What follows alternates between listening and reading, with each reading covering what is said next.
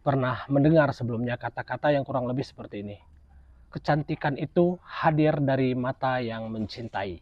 Nah, kami akan membawa konsep itu kepada Selamat datang di Taji Api. Selamat datang di rumah kita.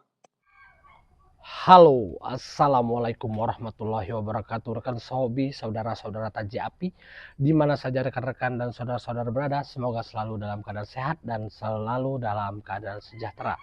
Kita pada hari ini cuacanya cerah, terang benderang. Kita ngobrol tentang bagaimana kita menyikapi ternak, bagaimana kita menentukan konsep berpikir kita pada tatanan bahwasannya kita berbahagia dengan apa yang kita lakukan.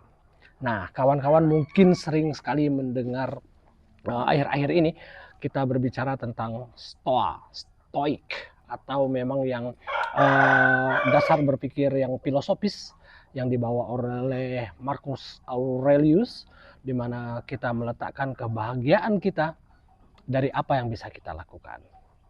Tentu di sini konsepnya adalah konsep bagaimana kita bisa bekerja sama dengan diri sendiri, bisa bekerja dan bisa berdamai dengan pikiran kita, sehingga apapun yang kita miliki bisa kita syukuri, bisa kita nikmati, dan bisa kita cintai. Mungkin kawan-kawan pernah mendengar sebelumnya kata-kata yang kurang lebih seperti ini. Kecantikan itu hadir dari mata yang mencintai. Nah, kami akan membawa konsep itu kepada kehidupan kami. Pada konten kali ini kita berbicara tentang bagaimana kita memiliki apa yang kita punya. Tentunya di sini adalah materi ternak.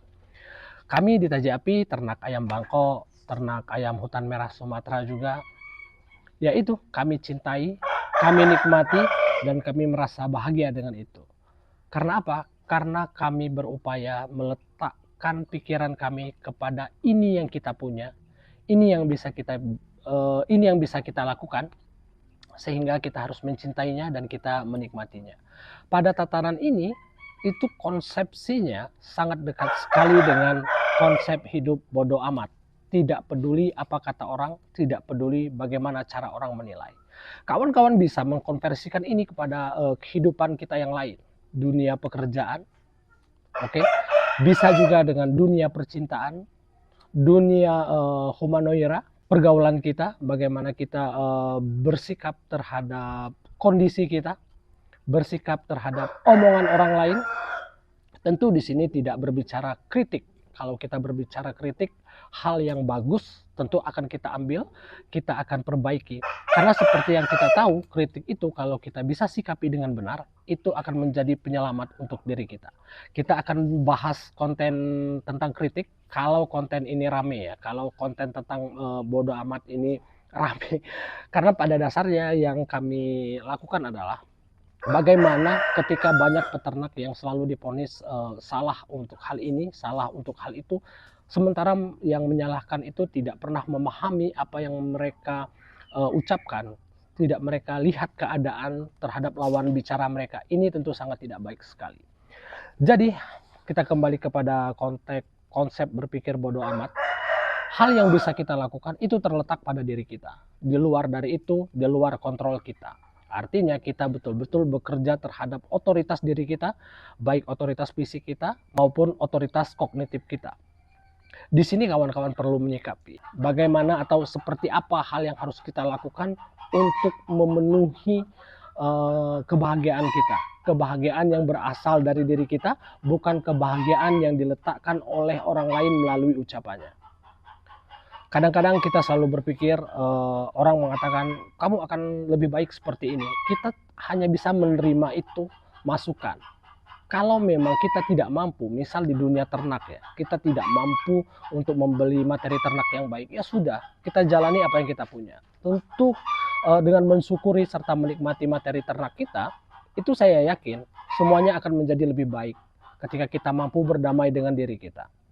Misalnya ketika kita bergeser cara pandangnya atau bergeser pada kasus yang lain, orang meletakkan kebahagiaan kita, seandainya kamu punya ini, katakanlah punya mobil ini, merek ini, kalau kita tidak mampu, terus kita paksakan untuk memenuhi hasrat atau kebahagiaan orang yang mereka letakkan kepada ucapannya pada diri kita, itu tentu sudah menjadi ibu kandung dari penderitaan kita. Kita sudah mulai berpikir bagaimana cara kita memenuhinya, kita sudah mulai berpikir bagaimana kita bisa mendapatkannya, sementara diri kita pribadi tidak bisa untuk memenuhi itu. Ketika kita sudah menerima itu sebagai bentuk kebahagiaan yang orang sematkan pada diri kita tidak mampu untuk melaksanakannya karena memang berada di luar otoritas diri kita, itulah sumber dari penderitaan. Bagaimana cara kita menyikapinya?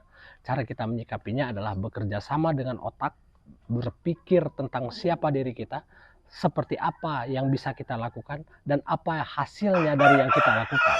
Kalau memang pada tataran tidak mampu atau belum butuh, itu cerita lain. Cerita lain, ya kami mampunya ini dan kami baru butuhnya ini. Itulah bentuk kerjasama terhadap otoritas diri kita, kawan-kawan. Kita tidak memaksakan apa yang orang katakan kepada kita, akhirnya menjadi penderitaan untuk kita.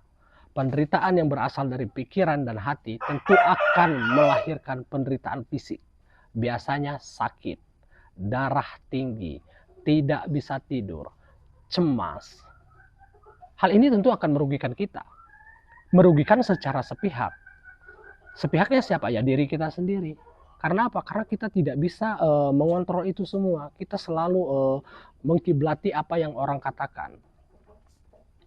Kalau kita mengkiblati apa yang orang katakan, sementara kita tidak bisa melakukan, ini hal yang sangat tragis. Karena apa? Karena kita dikontrol oleh orang lain. Kita dipaksa menjadi orang lain. Kalau seandainya kita mampu, itu tidak masalah. Ingat ya, mampu itu erat sekali hubungannya dengan butuh. Banyak yang mampu tapi nggak butuh terus dia tidak melaksanakan. Ini sangat bijak. Berbeda halnya kalau dia mampu terus dia mengikuti kata orang. Ini ya haknya dia gitu. Tetapi ini hanya berlaku kepada bagaimana kita menyikapi ucapan orang terhadap diri kita, terhadap kemampuan kita. Sekali lagi kita kembali ke kata-kata yang awal tadi. Kecantikan itu hadir dari mata yang mencintai. Jadi betul-betul kita melihat sesuatu itu. Kalau memang dia menjadi bagian dari kita, di dalam otoritas kita. Misal materi ternak, harta, kekasih, atau siapapun itu. Selagi kita mensyukuri dan memang bisa kita sebut sebagai bagian dari otoritas kita, ya kita nikmati saja. Tentu di sini kawan-kawan ada yang tidak sependapat dengan saya, itu masalah lain ya. Saya hanya mengajak kawan-kawan untuk tidak terlalu memperdulikan apa kata orang. Saya mengajak kawan-kawan untuk tidak terlalu fokus apa yang orang katakan terhadap diri kita. Saya hanya berfokus mengajak kawan-kawan untuk konsentrasi terhadap hal-hal yang bisa kita lakukan. Hal-hal yang menjadi otoritas kita. Hal-hal yang berada di dalam diri kita. Sehingga kita tidak meletakkan kebahagiaan kita terhadap ucapan orang lain. Sehingga kita tidak melahirkan penderitaan-penderitaan baru di dalam batin dan pikiran kita. Outputnya apa? Outputnya kita bisa menjadi lebih tenang, kita bisa menjadi lebih rileks, kita bisa menjadi lebih berdamai dengan diri sendiri, dan kita bisa menjadi hal-hal yang kita inginkan berdasarkan kemampuan kita, bukan dari keinginan orang lain. Tentu ini tidak gampang. Pada fasenya, setiap perjalanan hidup itu akan melibatkan terpaksa, tersiksa, dan akhirnya menjadi terbiasa. Percaya itu kawan-kawan, apapun bentuknya, perjalanan hidup itu melewati 3 fase itu. Dunia usaha mungkin, dunia pekerjaan mungkin, dunia pergaulan mungkin, atau bahkan hubungan asmara mungkin. Tetapi kita harus bijak untuk menyiasati itu semua sehingga kita menjadi lebih bisa berbahagia terhadap diri kita sendiri. Mungkin itu saja kawan-kawan, obrolan kita ya sedikit menyentuh tentang mentalitas dan bagaimana kita menyikapi semuanya agar menjadi lebih damai. Salam untuk keluarga, salam hangat membara dari kami TAJI API. Assalamualaikum warahmatullahi wabarakatuh.